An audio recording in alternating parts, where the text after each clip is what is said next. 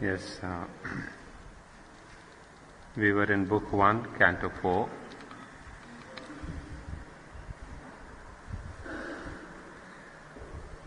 We have completed the para that ends with the famous lines, "A few shall see what none yet understands."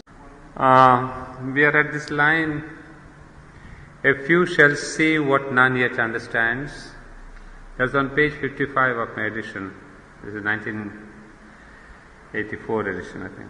54 edition. "A few shall see what none yet understands. God shall grow up while the wise men talk and sleep.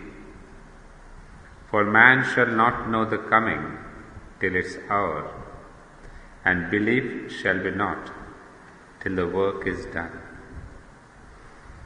We have completed till this line, and then we have completely a new paragraph.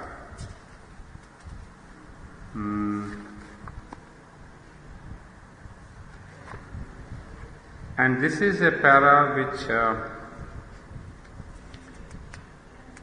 I will just run through, in the sense is more a description of the mental consciousness. We have almost a page or so of this description, and then we have a very interesting paragraph on the gods, and that's what I'd like to focus upon. "A consciousness that knows not its own truth, a vagrant hunter of misleading dawns,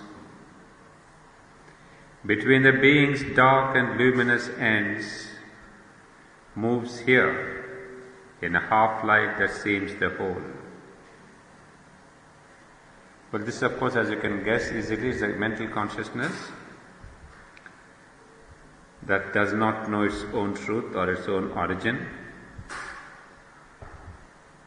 and a hunter of misleading dawns.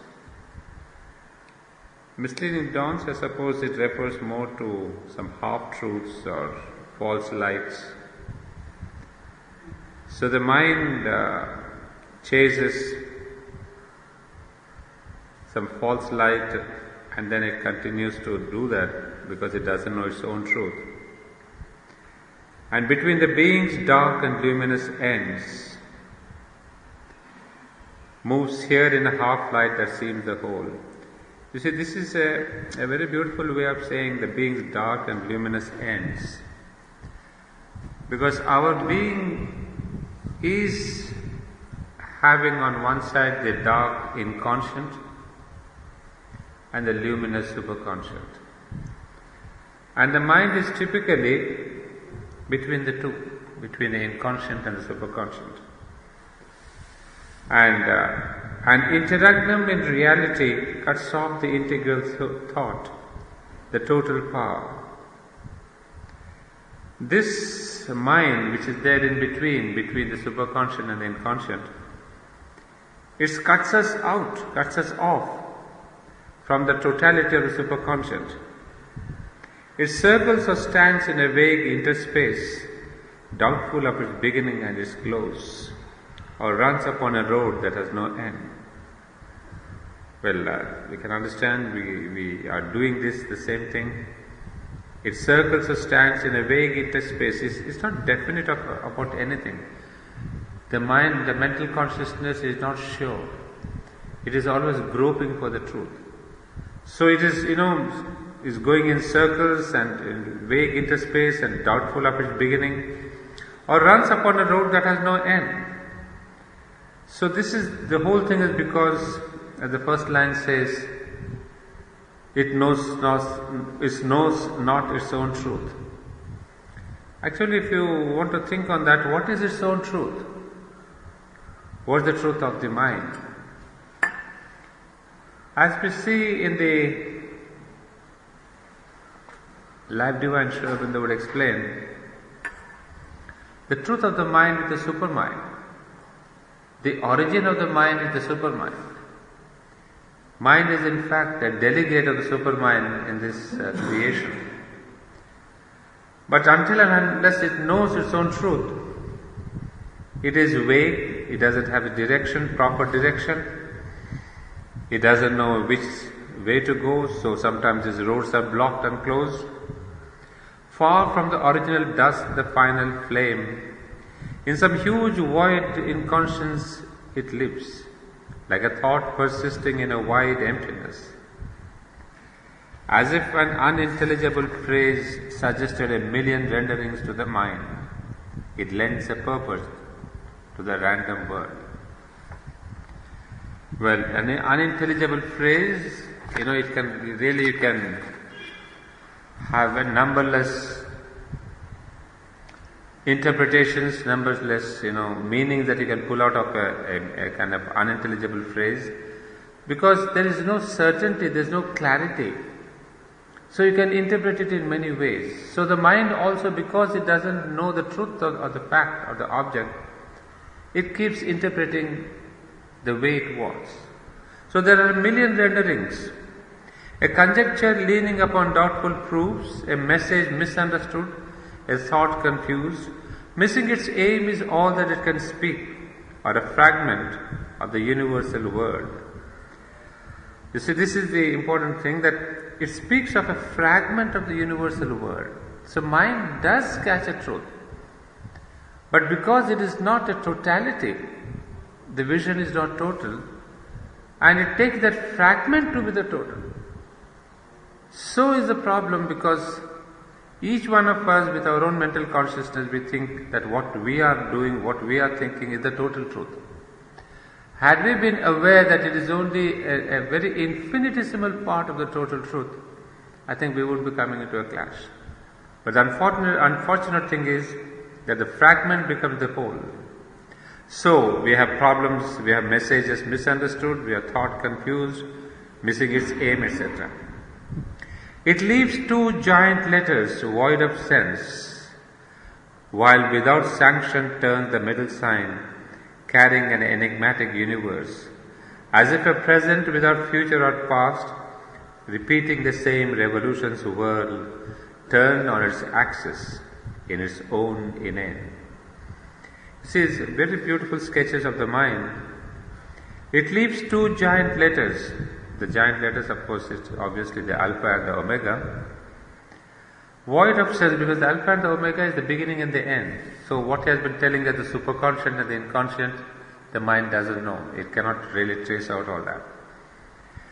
And as if a present without a future or past, you see, the whole thing is, of course, there's a kind of a reinforcement of the same thought that the mind is between superconscient and inconscient. It is confused, it does not know its direction, it cannot understand the truth properly, it has only a very fraction of the truth. So these basic ideas which are being sketched in different ways. Thus is the meaning of creation veiled, or without context reads the cosmic page. You see, this is very interesting, because the mind is so limited and incapacitated that the meaning of creation is veiled. Obviously, mind cannot understand the hidden meaning. And one of the things is this, the important line is, for without context reads the cosmic page. You see, this is what most of us do. In fact, the mother spoke about it somewhere, that whenever we make a judgment or an understanding or trying to understand something, we take that out of context. And because we take it out of context, we have a completely wrong meaning given to it, a completely wrong interpretation. And all the time we are doing that. The whole thing is, what is missing with the mind and what is the inherent nature of supermind is, the supermind has a totality of vision, totality space-wise, totality time-wise. So what in Sanskrit we call it as the Trikala Drishti. It has the total vision of the past, present and the future. So each time it tries to understand, it tries to see it in the context of the totality. So it has a better picture, it has a correct picture. But in the mind, it is unfortunately, it is out of context. Its signs stare at us like an unknown script, as if appears screened by a foreign tongue, or code of splendid signs without a key, a portion of a parable sublime. You see the same thing, that it tries to understand the script, but like the hieroglyphs, the hieroglyphics, we don't understand, we see the things around, we see the context. So all is a kind of a mismanagement, misunderstood things. Code of splendid signs without a key, a portion of a parable sublime. A parable sublime is of course the parable of the creation itself. So in this entire parable, this sublime parable as I would put it, the mind sees the signs but it does not connect. Like we had this Egyptian hieroglyphics, we see the drawings, we see the emblems, we see the sketches, but we are not able to interconnect all these drawings. So we lose the meaning, we don't have a key. The grandeur of a useless miracle, wasting itself that it may last a while, a river that can never find its sea. It runs through life and death on the edge of time. A fire in the night is its mighty action's blaze. Again, a very critical remark on mind is like the fire in the night is its mighty action's blaze. So just like there is a fire at night and we see a blaze, but it is short-lived. It has a brightness, but it's short-lived, its outreach is very, very small and limited. So he says, its action is like the fire which is ablaze in the night, and it runs through life and death on an edge of time. You see, we have a limited time. So the mind runs through with its own interpretations, and as it puts it here, wasting itself that it may last a while. Wasting in the sense of working out itself. So all the time the mind is working out itself, trying to interpret, trying to understand, trying to catch the truth, but all that is only lasting a while, just like a blaze in the sun at night. This is our deepest need, to join once more what now is parted, opposite and twain, remote in sovereign spheres that never meet, or fronting like far poles of night and day. Well, the central line is just this. This is our deepest need, to join once more what is now parted, opposite and twain. The need of this evolution now at present is to join spirit and matter, to link up matter and spirit, to link up the inconscient and the superconscient. So it has to be once again brought together, this nether ends as it is said. And we must fill the immense lacunae we have made, rewet the closed finite's lonely consonant with the open walls of infinity. A hyphen must connect matter and mind, the narrow isthmus of the ascending soul.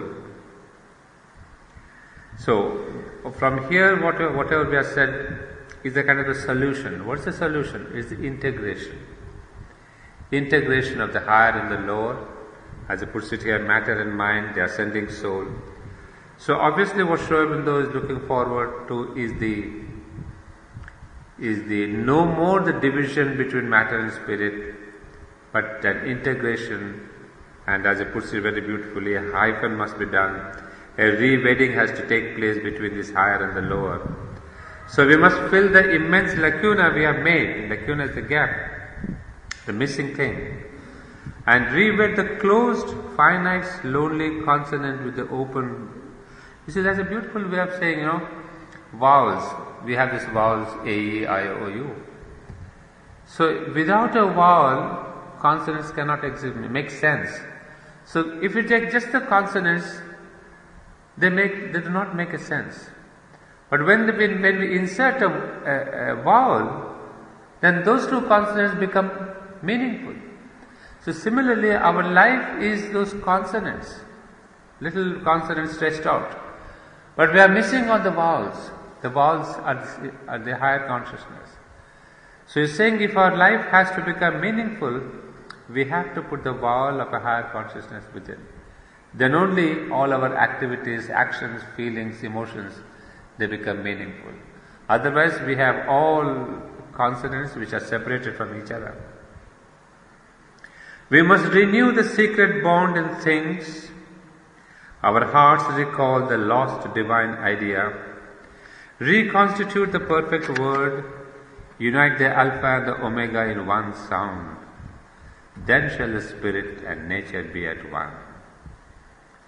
So, we have been given the solution, of course, in Sri Aurobindo's language. Reconstitute the perfect word. Unite the Alpha and the Omega. That word may be the creative word, that word may be the word Om as it is given. Because if you remember, I'm referring to what the mother had said to Mona Sarkar when she talked about Savitri. That all sounds ultimately melt into one sound, that is Om. So she says, similarly in Savitri too, if you read it aloud, you have that vibration which really, gels into that single sound of the Om. So that's perhaps why she said, even if you don't understand Savitri, read it on. Because what your ears are catching is not the word or the meaning, but the dhvani, the sound of the Om. So that's what we are referring to here. Reconstitute the perfect word, unite the Alpha and the Omega. Then shall the spirit and nature be at one. Two are the ends of the mysterious plan.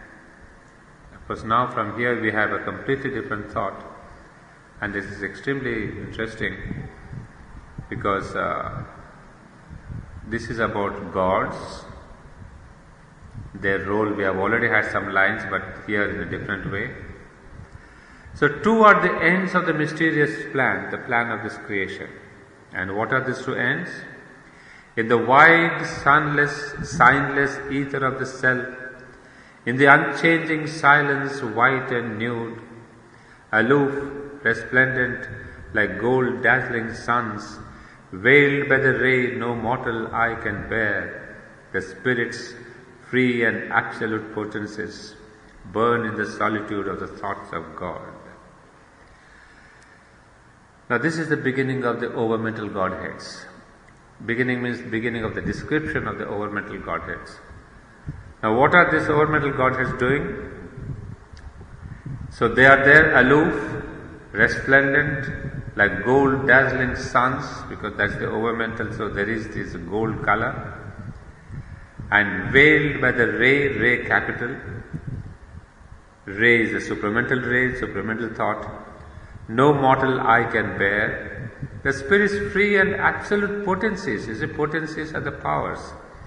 So these Godheads are full of power, and they burn in the solitude of the thoughts of God. A rapture and a radiance and a hush, delivered from the approach of wounded hearts, denied to the idea that looks at grief, removed from the force that carries out in its pain. In his inalienable bliss they live. You see, it is not very comforting to see this, but this is the truth as I told you last time reading from the Mother. These overmental Godheads are not connected to the world. They do not take part in the grief and the pain and the evolution of this world. No, evolution, yes, not the grief and the pain. So what he is saying, what he writes is, a rapture and a radiance and a hush delivered from the approach of wounded hearts of the earth. So they are not bothered, they are not connected. So they are far from that, delivered from this pain and sorrow and suffering of this world. And they live in a rapture and a radiance and a hush. So they are so aloof, they are so much away from this world. But then we said, then who are these gods whom we worship? Who want to be worshipped, who need to be worshipped?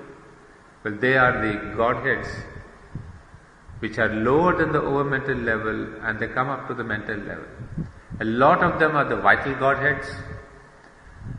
A single thing that we read last time or previous class was a Godhead who needs to have prayers or disciples or devotees is not an over-mental Godhead. It is one of those Godheads who belong to the lower level, lower from the over-mental. The simple reason, I think if you remember, is that it's only when the Godhead has an ego that he wants to be propitiated, satisfied, and he wants to give things and take things. And it is he who wants all these prayers. But those Godheads, that's the over-mental Godhead, they do not have this question of ego. So they have nothing to be satisfied about. So they do not want any worship, they do not want any of these things. So they are above. So they are there in the rapture and radiance and a hush, delivered from the approach of wounded hearts. You see, approach of wounded hearts, our prayers and all that, they are untouched with all that. Denied to the idea that looks at grief, no botheration about grief. Removed from the force that cries out in its pain. In his inalienable bliss they live. In his, the Supreme's bliss, they live. Immaculate in self-knowledge and self-power, calm they repose on the eternal will. You see, there's a beautiful line, calm they repose on the eternal will, W capital. So what is it that they are doing? Is it why are they created even for that? If they have nothing to do with this evolution or creation, why are they there? Now, on the contrary, they are there to see to the evolution of the earth consciousness. They are not there to see the day-to-day pangs and grief and sorrow and pain of the earth creatures. They see more or less what is the will of the divine as the next step in evolution. What are the powers to be released for the next phase of evolution? So they do that kind of an impersonal activity. There is no personal approach to them. So they are there seeing the will of the eternal. Only his law they count and him obey. They have no goal to reach, no aim to serve. Implacable in their timeless purity, all barter or bribe of worship they refuse. That's exactly what the mother had told us in a long conversation. All barter or bribe of worship they refuse.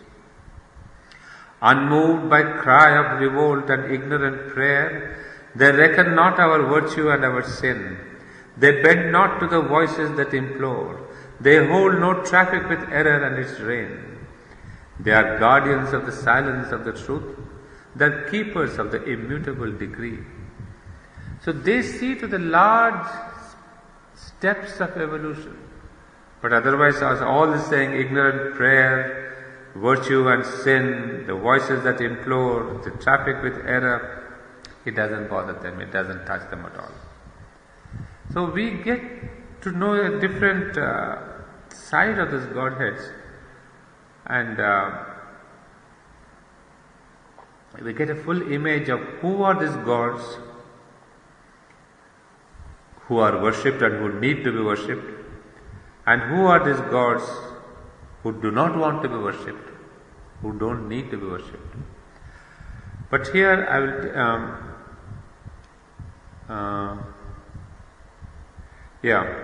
they are keepers of the immutable decree of the divine, the evolutionary decree. I'll take a little diversion here to tell you something again from the mother. This is Mother's volume 11, and that's on page 36, 37.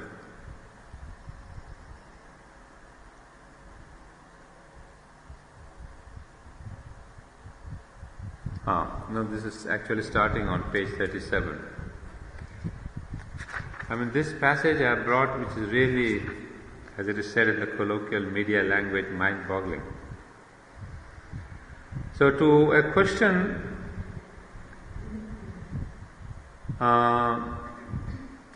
but there, do exist also these vital worlds where one is persecuted, terrible worlds, worlds of torture and persecution, isn't it so? Well, this is of course reference to hell and heaven. So the question is, somebody saying, there do exist also these vital worlds where one is persecuted, terrible worlds, worlds of torture and persecution. So Mother says 90% subjective. There isn't anything called hell and all that, there's nothing objective. 90% subjective. For more than a year, regularly, every night, at the same hour and in the same way, I used to enter the vital to do some special work there. This was not due to my own will. I was destined to do it. It was something I had to do. Now, for instance, this entry into the vital has been often described. There's a passage where beings are posted to keep you from entering. Much has been said about these things in books of occultism. Well, I know by an experience not casual, but repeated and understood, that this opposition or this male violence is 90% psychological.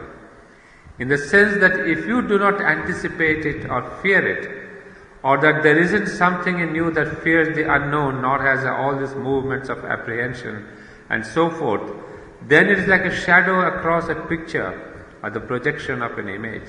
It has no concrete reality. So you see, this question of hell and all that is a very subjective projection. There's a lot of fear in that, psychological fear. And then I skip half a para, half a page. Then the question comes, but then what is objective? If this hell is subjective, if these heavens are subjective, is there anything objective in this world? There are worlds, there are beings, there are powers. They have their own existence.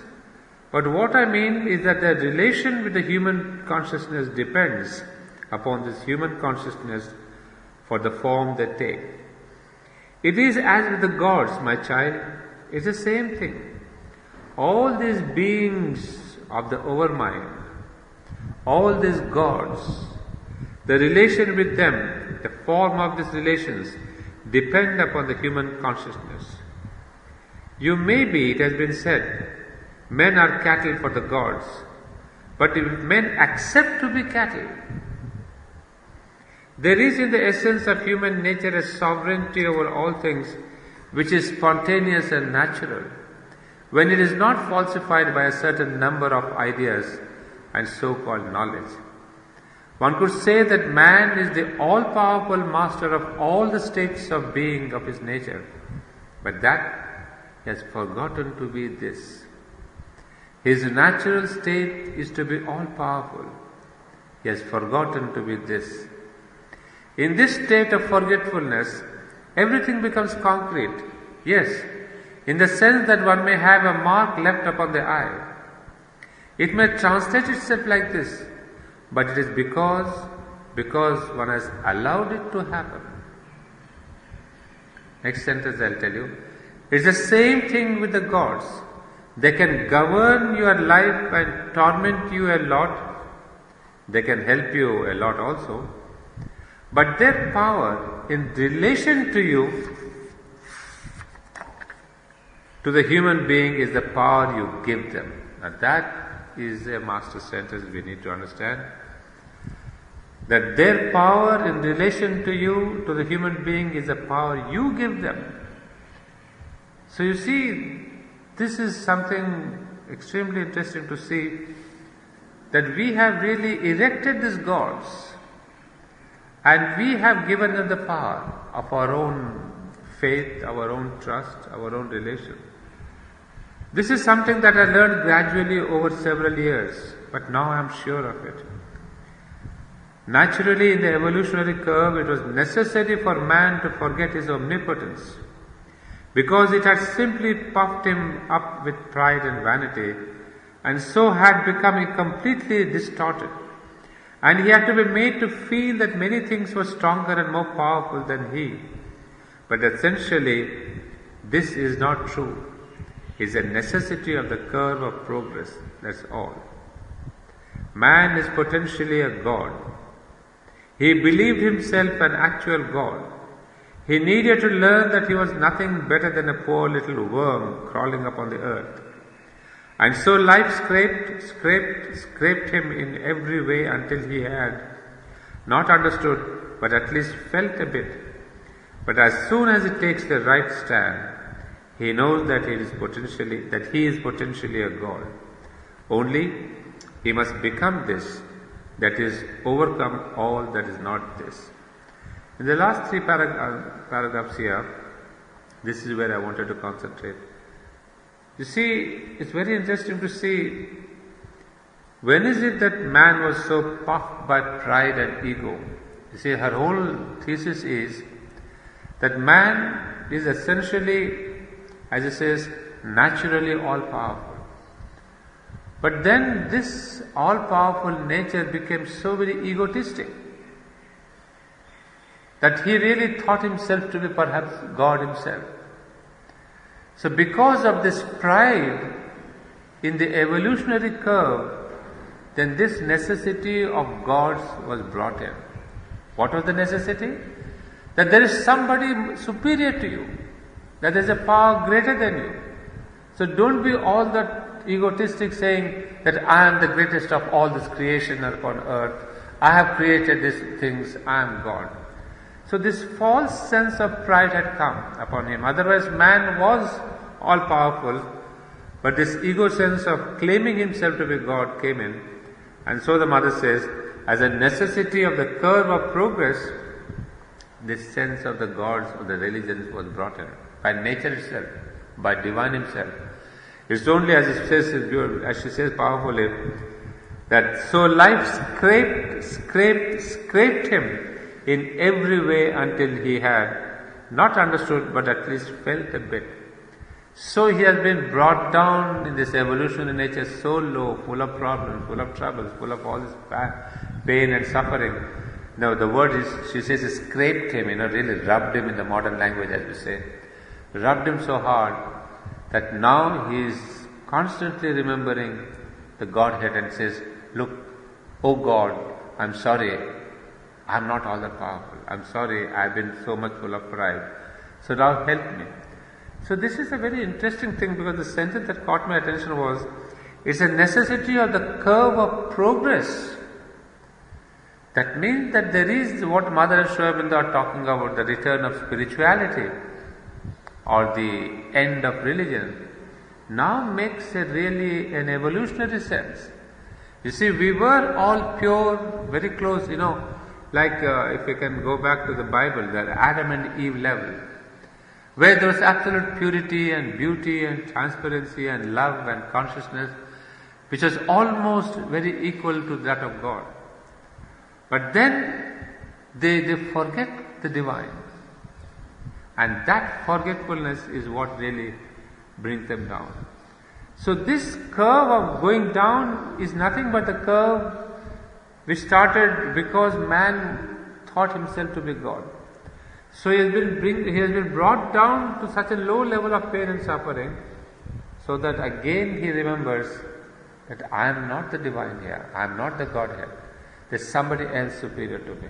But this somebody else was all this range of gods, and religion came in. So for centuries and centuries and centuries together, we are under the awe of these gods, because life, nature said, we must scrape this man out of his egoism. So now you see, if I can link it up with our own yoga, where we say surrender. Surrender is the most important thing. So now you see the necessity of surrender. Once again I say, oh God, you are the greatest, you are the creator, you are the truth. So in the process of surrender, what is happening is we are sacrificing and losing our own ego. So the more you lose the ego, the more you get back to that original spirituality, where you don't need these Godheads, you don't need these powers. So that is a true spiritual stage. So what Sri Aurobindo is telling us is kind of, what we were originally, we are going back after the whole curve of evolution to that stage of purity and consciousness and bliss and ananda. And that state is nothing but spiritual sense. So this entire question of religion as a curve of evolution has been brought in as a necessary step to bring man back to his consciousness of the superior consciousness. So this sentence was very important. So he says, so as soon as he takes the right stand, he knows that he is potentially a God. Only he must become this, that is, overcome all that is not this. This relationship with the gods is extremely interesting. As long as man stands dazzled, lost in admiration of the power, beauty, accomplishments of these divine beings, he is their slave. But when these become for him different ways of being of the Supreme and nothing more, and himself yet another way of being of the Supreme, which he must become, then the relation changes and is no longer their slave, he is not their slave. See, that's the very important thing that we see, that as long as we have in dazzled admiration, accomplishments of these divine beings, he is their slave. So that's the attitude I think we were given or talked about when we were children in the ashram. You see, there are so many Godheads. In India, you have seen there are plenty. And if we are afraid of them, if we keep admiring them, if we keep dazzled by them, we are their slave. But when we come to understand that for him these are different ways of being of the Supreme, so what is it that we are getting to understand? That the gods are different ways of the Supreme, different manifestations of the Supreme, just as I am a different manifestation of the Supreme. So there is no difference between that manifestation and this manifestation. They are called Godheads and I am called mankind. But the difference is that these Godheads are naturally powerful. They have a kind of a consciousness which is powerful but which is static. But the human being, instead of getting afraid and dazzled by these Godheads, if he can live this truth that he too is a form of the divine, then naturally the fear goes away. So this is where I suppose what Sri Aurobindo would explain the role of rationalism, where reason and rationalism, they defy this religion, because then they don't want to be under the slavery of these Godheads. So they have gone to the extent of denying religion, God is dead. But it was necessary for this curve of humanity to go up, that we lose the fear, that we lose the adoration, the dazzled adoration of the Godheads. And that is the role of mind and reason, that it really cleanses all this fear. And that, of course, it should not be taken too far. Then reason will become its own, the bar. The reason is the helper, reason is the bar. So, but it has a role to play when it washes clean the plate of religion. And once we get away from this dazzle and this fear and this adoration and admiration, then we are what we were originally. That means another manifestation of the divine, another manifestation which is equally as powerful as the manifestations of God. So it's a matter of time. So she says, he is not their slave.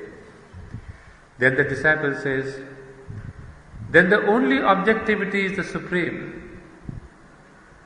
There, you have said it, my child. It is this. It is exactly this. If the word objectivity is taken to mean real independent existence, self-existence, independent and real, there is only the Supreme. That's again quite an eye-opener, because we speak so much of objectivity, and science has really taught us this notion of objectivity. But even science itself says there is nothing called objective. Because the very fact I look into the microscope and look at the slide there, it changes the consciousness and my view of the slide. Because I am looking at it. If you look at the same slide through the same microscope, you will see it differently. Because you are bringing your own consciousness. The other day somebody was telling you also, science says, when I look at an object and when you look at an object, we have a different response because the object itself is responding to you. So that is what the Vedanta has told us, that there is only one consciousness, single consciousness in the fan and in me. So these are two forms of the same consciousness, two different forms. And yet there is a common link of the consciousness. So we see that consciousness, when I touch it, it responds differently. When you touch it, it responds differently. Because your consciousness and its consciousness, they respond differently. So what the mother is telling us, there is only one objectivity, that is the Supreme. Because the Supreme alone can have this object outside him at the same time inside him, because that definition of objectivity is real independent existence. Remember that definition. And a thing we call objective means it must have a real independent existence. So what I was explaining to you was, is that fan independent of my existence? No. That fan is not independent. The whole argument is that the fan that I am looking at is not independent. Is dependent on how I am looking at it. Say somebody had a kind of an accident with the fan. His finger got it. But the moment I look at the fan, I have a fear psychosis. So you see, my fear is being thrown on that and I say this fan is dirty, this is evil. So this fan does not exist independent of my consciousness. So who is it in the whole creation who is really independent? Is only the Supreme. He has an absolute self-existence, independent and real. And all this argument of the science, psychology, and nowadays of course psychology is turning round, and even science is turning round, to say what Vedanta had originally said, there is no object, there is no objectivity. Even a sentence I say, I am being very objective and I am giving you that, is not possible to be objective. Because the moment you look at a thing, you utter a sentence, it is your sentence.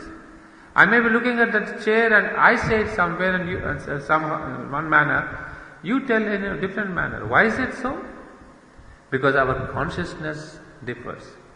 Because we have different relation with the consciousness. So what the mother is explaining, which is in a simple word but highly philosophic, is that if the word objectivity is taken to mean real independent existence, there is only the Supreme.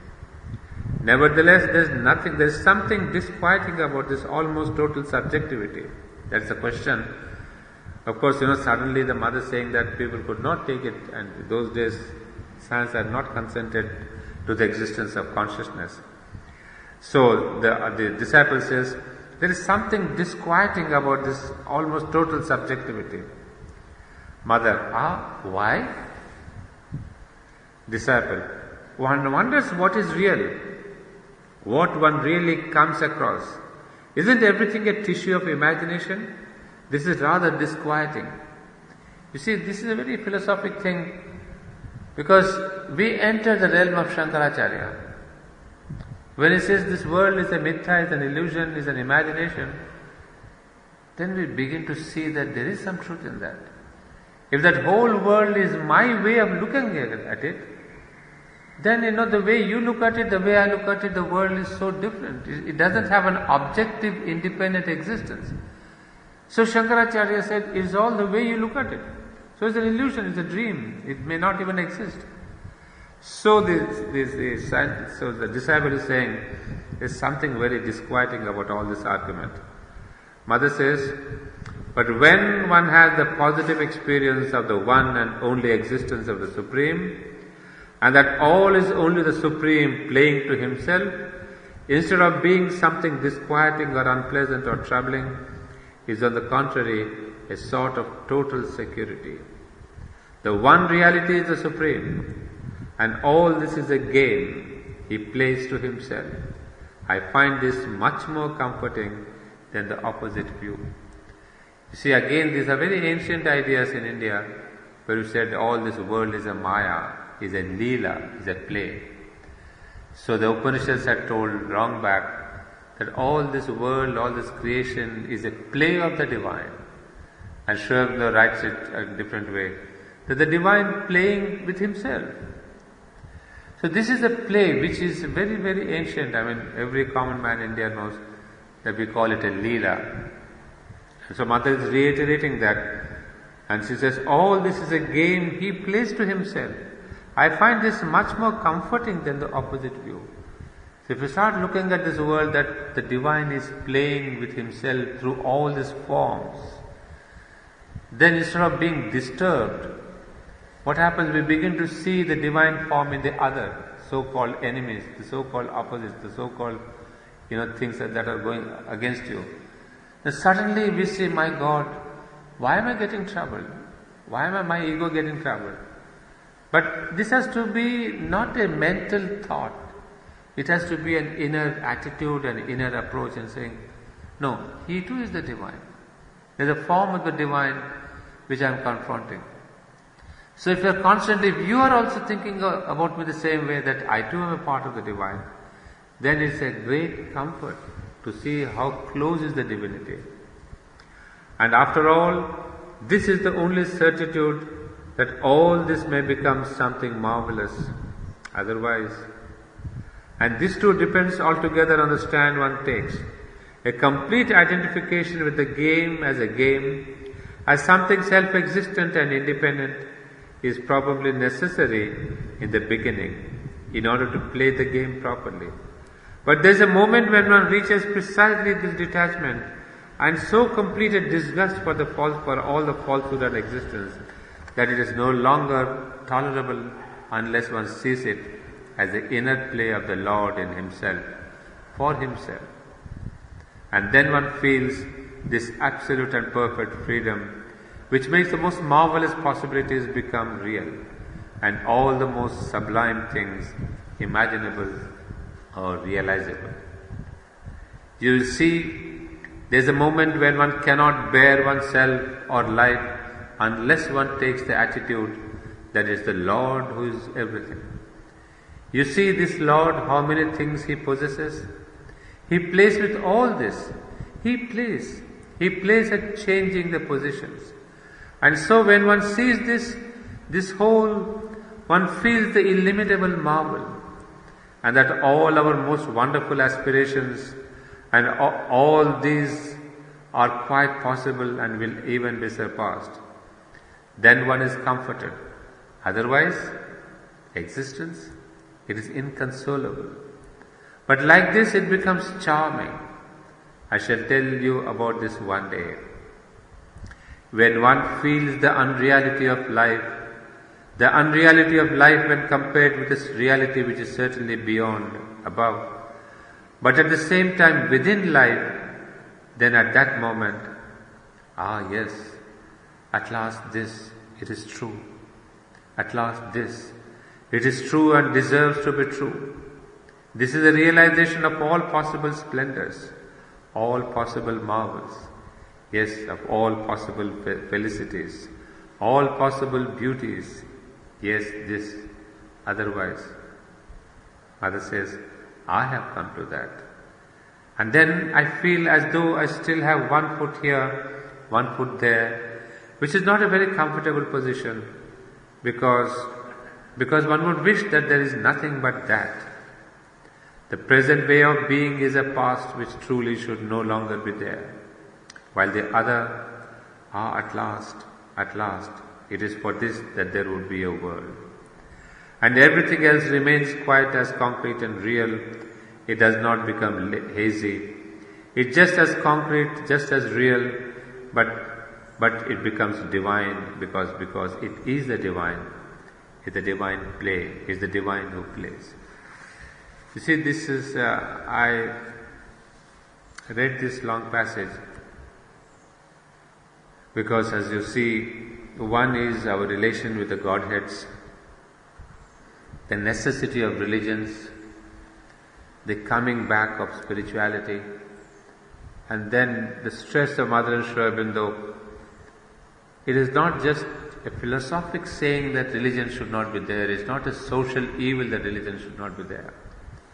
You see, now, otherwise we have the tendency to go to have a prejudice against religion, saying Mother and Sri Aurobindo have said there should be no religion. And then we, like good devotees and very favorite devotees, we announce and pronounce this thing. Mother says no religion, and of course in Auroville, end of all religions, present, past and future. But look at it from the evolutionary point of view. Otherwise we have the tendency to become dogmatic ourselves. So a lot of us saying, Mother says no religion here, and we become very religious ourselves in that. So any such stress is itself a religious thing. Even to deny religion with this vociferously is itself a religion. So here I see a wonderful way of looking at no religions. It's not a religious sentiment, it's not against religion, but it is an evolutionary attitude. That we are going through a phase, and Mother, as she has always foreseen a thing hundreds of years away, so she says we should not have religion, not because religion is bad, but the time of religion is over. And that she herself has said that. And why is it the time of religion is over? Because we have to go back into that spiritual status where we are equal with all the Godheads. Because that is the truth of man, that he is a Godhead, a potential Godhead.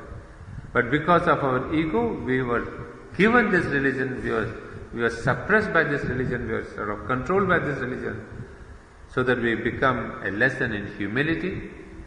And so Mother and Sri Aurobindo are stressing so much on surrender, because the ego is the only bar that is standing between you and the Godhead. The only difference between them and you is this Godhead, is this ego. So what is the way of getting rid of ego? The religions have smashed you, troubled you and all that. Now, this integral yoga, it teaches you nothing but surrender. And surrender, of course, there are other things, but beginning is surrender, end is surrender. Why? Because surrendering not only your thoughts and acts and all that, but surrendering your thoughts and actions, emotions, gives you the way to surrender your ego. It's every minute, every thought, every emotion, every act surrendered is an act of surrendering of your own ego. So what is all that? It's nothing but essential spirituality. Why am I calling it essential spirituality? Because ego is the only hindrance that is stopping us from becoming what we are in reality, that we are the Godhead. And the moment this realization comes that we are the Godhead, there we are the spiritual age. So if Auroville and Ashram and all these integral education, integral yoga centers, Mother has emphasis on this, is because they want us to go back to spiritual age. So, in conclusion, this paragraph, this reading has really helped me to understand that I do not want to really tell that there should be no religion with this hatred against religion. It's as if, I have not realized that. It's Mother who said, Sri Aurobindo who said that. But I still have religious feelings, I still have religious sentiments. When I go to a temple, I do not really worship. I see the form of the Mother as Ganesha or Shiva or Indra. I've learned to superimpose the Mother on all these Godheads. So for me, it's no problem going to any temple or any church or any Gurdwara, because I try to feel the Mother there in the same statue, be it church or temple or Gurdwara. But that's the thing that I have worked out myself on my own level. But then philosophically, I have no right to say no religion. But if I can understand this para is amazing, that you have relation with the Godhead, because it's an evolutionary necessity. And secondly, what she says, it is their power in relation to you, to the human being, is the power you give them. So it's very interesting that it's we who are giving our power to the divine, to this Godhead. In fact, in one place she said very interestingly, Sri Aurobindo writes that when you hate a person, he becomes very powerful. Not because he is powerful, but your hatred gives him the power. So when you have an opponent, the more you hate him, the more he is becoming powerful. So if you want to take away that enmity, take away the hatred, and what all the religions have said, love thy enemy. The famous saying of the Bible itself. So when there is the love thy enemy, then we take away the power of hatred from the other person. We are doing a human service. So hatred is always a negative power that empowers your opponent. So if you don't want to have that enmity, he says don't hate him. And now we understand why Christianity and Lord Christ told us so much, love thy neighbor, love thy enemy. So this is the context. So that's one thing. The second one is of course the question of the Godheads. And of course the third one which we have seen is the question of the Supreme being the only objectivity, because the Supreme is the only one who has a real existence. Whereas we do not have an independent existence. All the chair and the fans and the roof is not an objective existence, because it exists by my view, by my vision. So Shankara was not wrong ultimately. But there's one last point where Mother says, where he emphasizes, that have this attitude that this entire world is a Leela, is a play of the divine. And this is a very ancient attitude, I repeatedly told you. And most of our Indian saints, or what you say, yogis or babas, they utter this umpteen number of times. If there are problems, if there are issues, if there are difficulties, they say, my child, all this after all the Leela of the divine. So there are good and bad, there's play, but the divine is playing with himself. But in this attitude, Sri Aurobindo takes up this one defect. It's all good. For a common man, it is quite comforting to say, all this is the Leela of the divine.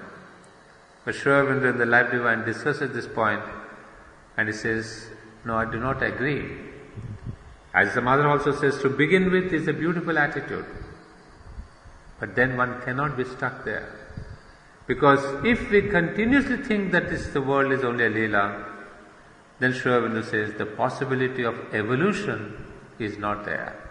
It is a static, it's a static world where it's kind of, for eternity you are playing the same football game. You are not really stopping the game. It's one team wins, the other team comes in, one country comes in. But where is the question of evolution?